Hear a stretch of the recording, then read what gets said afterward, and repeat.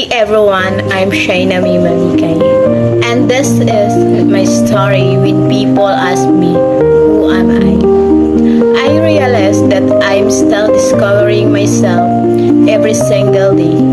I'm not perfect and I still have many fears and struggles, but I am someone who continue to grow, learn, and dream. I am a person who value love, friendship, and family. The people around me help shape who I am today. Through my experience, I learned that life is not always easy.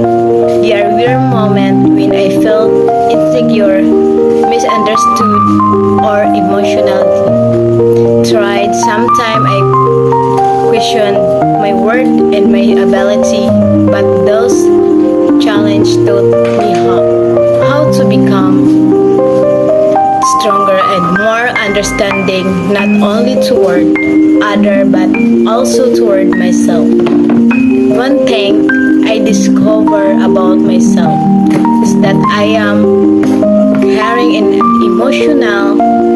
I easily connect with people and I easily connect with people and genuinely care about their feelings. I may not always express myself perfectly, but my intentions are sincere.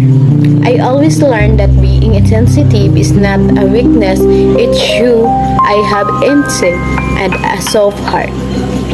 Another strength I discovered recently is even when life becomes difficult, I continue moving forward.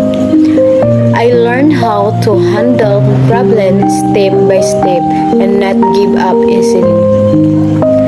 Every mistake, heartbreak, and challenge become part of my growth. They helped me become more mature and wiser. I always value honesty, respect, and loyalty. This value guide the way I treat people and make decisions in life. I believe that a person's character is more important than appearance or achievement. As a student and as a young person, I still have many dreams. I want to finish my study, make my family proud, and achieve a successful future. I want to become someone who inspires others through kindness, determination, and positive. Even if the road is difficult, I will continue believing in myself and what I can become. Today, I can proudly say that I am learning to accept myself more. I am discovering my strength, improving my weakness, and becoming a better version of myself. I am Shaina Malikay, a simple person with big dream, a caring heart, and a story that is still being written, and this is who I am.